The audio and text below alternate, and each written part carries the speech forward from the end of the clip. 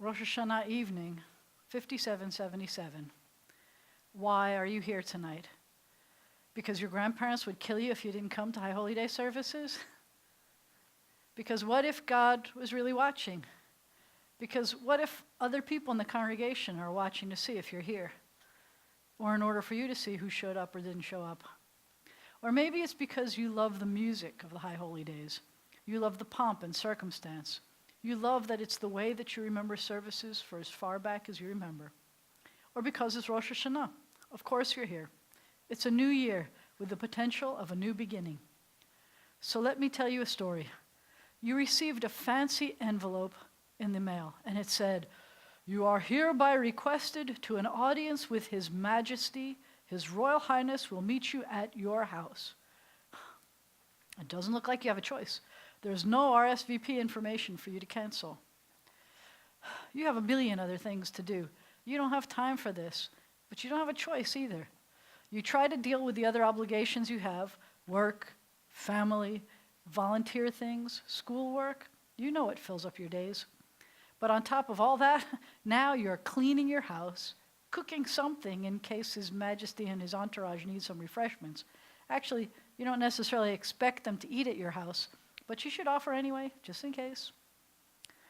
The morning of the visit arrives. You have thought carefully about what you will wear. You make sure to be showered, and you have your teeth brushed. And then you hear fanfare outside your door. Doo, doo! Wow. Now the whole neighborhood knows the king is visiting you. Oy. The first thing that enters when you answer the doorbell ring are 4 very strong aides carrying a throne. They clear away the furniture you so carefully dusted, sweep away the dust bunnies you missed behind the furniture, and they empty your living room. Now the only thing there is the throne, and they ask you to wait in another room.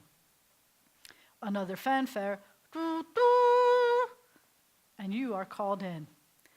And you see the king. He's on a magnificent throne, which they put up on a platform, which makes the surreal thing even more intimidating. You bow low, and you say what you were told to say. "Welcome, Your Majesty." The king looks down at you. No smile, just a nod. You have been imagining this moment ever since you got the invitation. To be honest, there have been times in the past that you've imagined yourself telling the king a thing or two, if you had the chance. But now, the king starts this visit with a question that you didn't expect. What is the best thing you have done this year? Oh, wow, huh? You take a minute to think. You don't want to keep him waiting, but your mind is a blank. You can't remember what you did yesterday, let alone remember something worthy of bragging about to the king. You take a deep breath, and you remember, I helped my neighbor when their house flooded. And the king smiles and says, "Very good." You are relieved. You actually relax a bit. You feel like you passed the test, although you still aren't really sure what the test is. Then the king speaks again. "What other good have you done this year?" Oh my gosh. You think to yourself, I have to come up with something else. And then you remember, and you tell the king, and again the king responds, "Very good." This continues. The king pushes for one more good thing, and one more good thing. After a while, even gives you hints to remind you of good things you did. Then it seems that this is finished. The king seems satisfied. You feel pretty good about the fact that you had done many good things this year. The king commands you to go forward from this day on and strive to do good deeds, to help others, to take care of yourself, and to strive to keep the planet healthy. And you promise you will, and you mean it. Then the king asks, "What was the worst thing you did this year?" Ouch. You really didn't want to have to even think about that, and certainly not tell it to the king. But so far, the king seems to be friendly and kind. The bad thing was easier to remember than the good things, so you confess.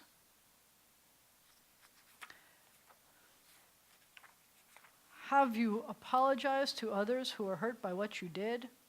And you say, yes, you have. And the king asks, and have you tried to fix what you could about what you did wrong? And you say that you did. And the king asks, and when the opportunity came up to do it again, did you repeat this mistake? And you more bravely say, no, your majesty, I did not repeat it. So the king smiles and says, you are forgiven. Then the smile goes away, and the king asks, what other mistakes have you made? And this continues like before. The king even reminds you of some of the things you had forgotten or wished you had forgotten. But you have to tell the king everything. He doesn't let anything escape the conversation. And when it's all done, the king says, you are forgiven. All is good. May your life be filled with health and joy and an increase in good deeds and an increase in strength to help you fix your mistakes. And then, there's fanfare again. And the king leaves, and the throne leaves. And they leave you to put your living room back in order yourself. And then you never even get to offer them any food. So you try to run after them to offer them a snack or something, but the helpers say they'll try to come back during Sukkot to eat with you in your sukkah.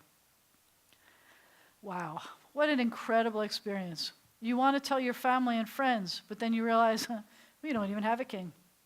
And who would believe you anyway? And maybe the mistakes weren't so bad anyway. And by now that it's over, wouldn't you rather be getting back to work, or watching TV, checking your Facebook account or whatever? This is a true story. Well, almost true. The liturgy and the music for the days of awe are supposed to make us feel as if we were in the presence of Malkeinu, our king. We're supposed to come in awe and humility. We're supposed to realize that we don't have to go far to get to this appointment. We can take care of this at any time of the year, but Malkeinu, our king, comes to us at this time of the year. Every year we try to remember the good things we've done, and it's not always easy. Every year we try to remember the bad things we've done, and even that is not easy. The readings in the prayer book list some really horrible things, and we feel relieved we didn't do all those things again. Some of us read the list of the confessions and say, well, that's not what I did, but I heard that someone who's sitting just a few rows ahead of me did something like that. And the guy who sheepishly arrived late did this other thing. How embarrassing. Already we're forgetting what our responsibility is today. Today's not about anyone else. Today is about not just agreeing to be a better person, it's about being a better person. Today it's not just about asking for forgiveness from God, it's about working even harder to make better choices, starting right now. You've heard this before. In fact, for most of you, it's not the first time that the king has come to visit your living room. You're always ready with sweet refreshments and a team of strong friends to help you move your living room furniture.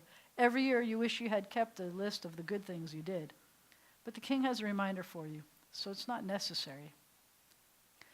I think that this year it played out in a different way. It turns out that this year you really did have more good deeds than mistakes to report.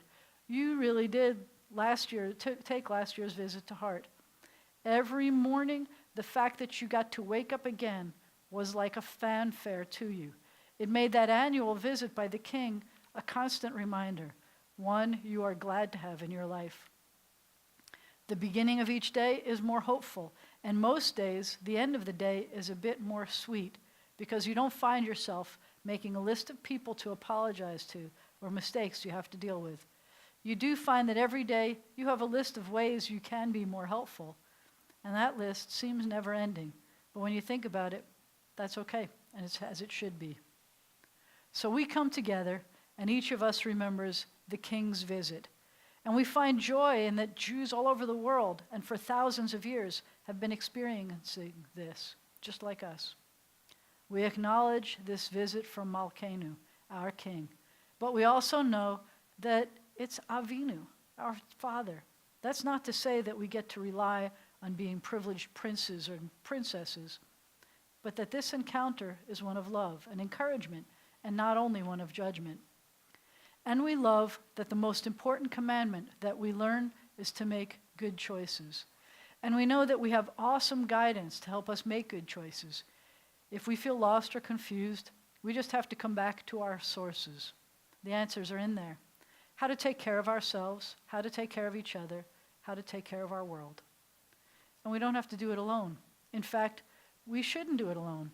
We have a team of people to help us. I'm not talking about moving the furniture for the holy days, although we can help with that too. We are here to help when you are lonely or ill or in mourning or celebrating or confused. Anything. Get to know the people around you, because chances are that there are people around you who are uniquely qualified to be there for you, and that you can help them. I'm sorry if the things I described are not new to you. If you came expecting me to talk about something controversial or teach you something new, I will, tomorrow and next week.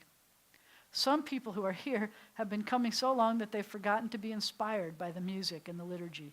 Some people resist being inspired because the language is old-fashioned or gender-based, biased.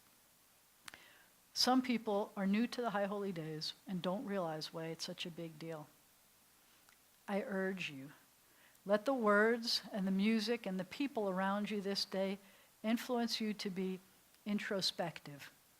Our lives are normally so filled with information and obligations and news of tensions in the world and disasters.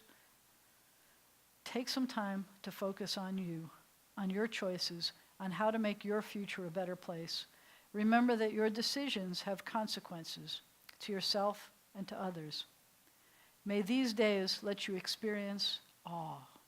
May you enjoy your visit with our King, our Father, and with each other. Shana Tova Tikatevu.